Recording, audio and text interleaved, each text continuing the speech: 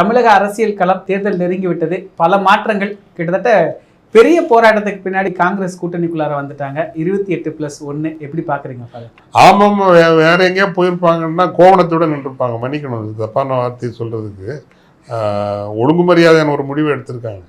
களம் எப்படி இருக்குது அப்படிங்கிறது இல்லாமல் காலத்தினுடைய தேவை என்னங்கிறதையும் புரியாமல் நாங்கள் அந்த காலத்தில் ரொம்ப ஆண்டவங்க, இப்போ நாங்கள் இல்லைன்னா திமுக ஆட்சிக்கு வந்துடுமா, இப்படியெல்லாம் சவடால் பேசிட்டு சுற்றுறதெல்லாம் ஓவர் பேச்சு பேசிட்டு இருந்தாங்க. பட் பரவாயில்ல, வந்தது அவங்களுக்கும் நல்லது, தமிழ்நாட்டுக்கும் நல்லது அப்படின்னு நான் நினைக்கிறேன்.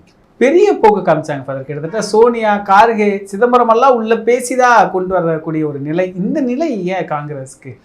அதான் காங்கிரஸுக்கு உள்ளேயே ஒரு ஆர்எஸ்எஸ் கூட்டம் இருக்குதுங்க.